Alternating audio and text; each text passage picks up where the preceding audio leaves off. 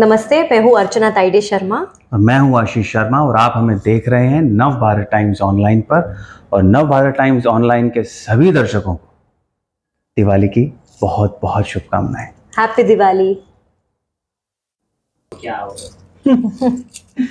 आप दोनों को ढेर सारी शुभकामनाएं दीपावली की। और मैं देख रहा हूँ कि आपका ऑफिस नया है और आपने आज पूजा की है और बिल्कुल त्योहार के रंग में डूबे हुए हैं।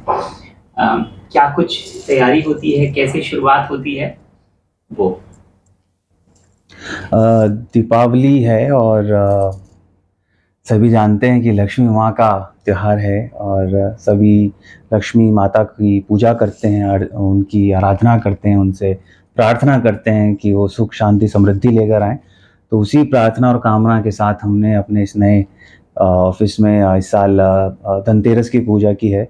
सो कुबेर भगवान, माँ लक्ष्मी माँ और सभी जितने भी हमारे ऊपर कृपा रखने वाले भगवान हैं, उनसे हाथ जोड़कर प्रार्थना है कि हम पे कृपा बनाए रखें जैसे इतने सालों तक बनाए रखी है।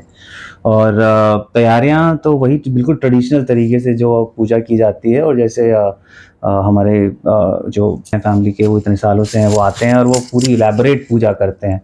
तो बड़ा मज़ा आता है मंत्रोच्चारण के साथ, भगवान की स्थापना के साथ और सभी देवी देवताओं की आराधना के साथ पूजा संपन्न हुई है। और यूजुअली भी हम कर लेते हैं, दिवाली ना हो तो भी, कि हम करें ताकि एक पॉजिटिविटी बहुत अच्छी आती है पूजा के बाद, बड़ा अच्छा लगता है और वातावरण बहुत सही सकारात्मक सा हो जाता है। तो और हम इनका तो नाम ही अर्चना है, तो अर्चना कैसे ना करें।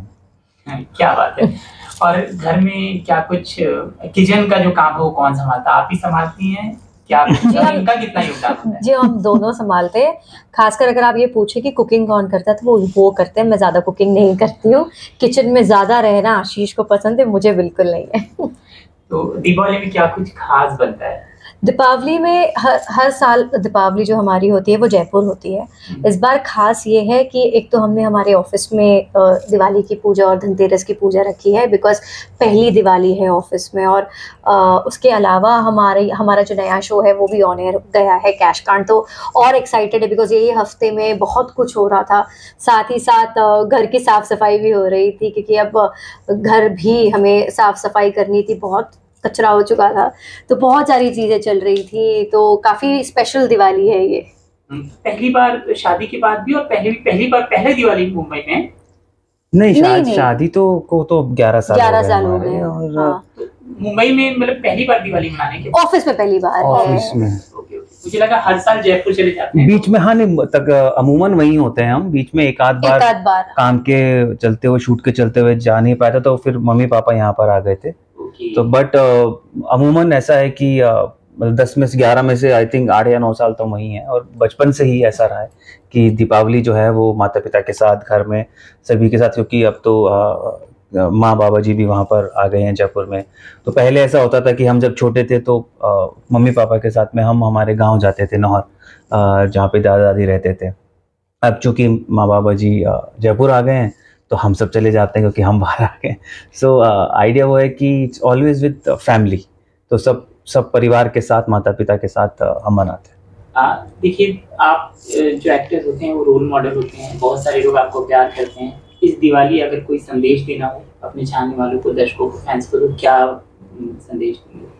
मेरी ओर से तो संदेश यही होगा दीपावली पर कि बहुत खुशी के साथ, बहुत ट्रेडिशनली और अपने माता पिता के साथ दीपावली मनाएं।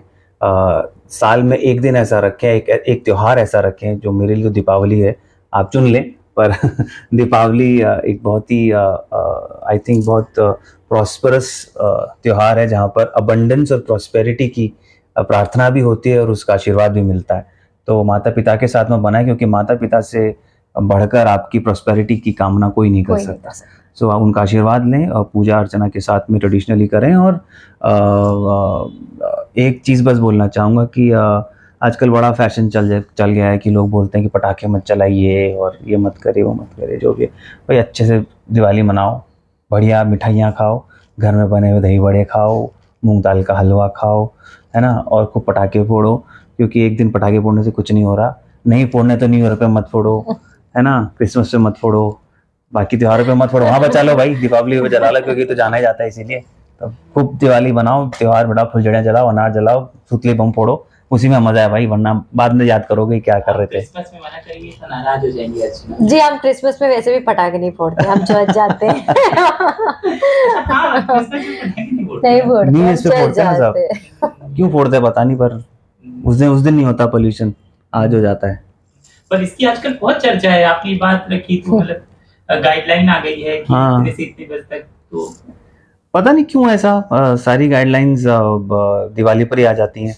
पोल्यूशन की बात सही है, लाजमी है, पोल्यूशन का हमें कंट्रोल करना चाहिए, पर पोल्यूशन का कंट्रोल सारा साल करना चाहिए ना। उसकी गाइडलाइंस होनी चाहिए कि आप गाड़ी के अंदर आप अपना जो पीयूसी चेक कराते हैं वो करा के रखिए, हॉर्न मत बजाइए, इंडस्ट्रियल पोल्यूशन जो होता है उस पर कंट्रोल कीजिए, उसके गाइडलाइंस लाइए, वो तो कोई नहीं फॉलो करता है। पर दिवाली के दिन गाइडलाइंस होती है कि एक ही दिन पटाखे फोड़ेंगे तो सारा पोल्यूशन हो जाएगा। सो आई थिंक पता नहीं। आशीष, मैं भी ये सोचता हूँ कुछ तो गाइडलाइन होनी चाहिए, क्योंकि बड़ी मात्रा में पटाखे जलाए जाते हैं, है ना? कुछ तो ऐसा होना चाहिए। क्योंकि तो दिल्ली में अभी जो जो हमारा पोल्यूशन है वो पटाखों से तो नहीं है। मेरा कहने का तात्पर्य है कि अगर कहीं पर पोल्यूशन का जो रीजन है वो एक दिन के लिए तो नहीं हो सकता, पोल्यूशन तो सारा साल हो रहा है ना। तो जो भी गाइडलाइंस है वो एक ब्लैंकेट गाइडलाइन आना चाहिए, सबके लिए आना चाहिए। फॉर श्योर एनवायरनमेंट पहले ही होना चाहिए, बट सबके लिए आए, एक ही त्योहार के लिए आने की आवश्यकता मुझे नहीं लगती है। और वैसे भी आई थिंक गाइडलाइन क्या लाएंगे, अगर आप ये गाइडलाइन लाते हो कि शराब 8 बजे बाद नहीं बिकेगी तो लोग 8 बजे के पहले पी लेते हैं। तो गाइडलाइन का क्या है? I think it's about educating people. हमें लोगों को एजुकेट करना पड़ेगा, जनरेशन को, कि पोल्यूशन ना फैलाएं सारा साल, क्योंकि हमें हमारे पर्यावरण को बचाना है। बजाय इसके कि हम त्योहारों पर या चीज़ों पर कोई सी भी तरह का वो सेल्फ सेंसरशिप के लिए उन्हें हमें आई थिंक एजुकेट करना चाहिए कि खुद से इस बात को जाने कि इको फ्रेंडली चीज़ें हमें करनी चाहिए और वो सारा साल करनी चाहिए।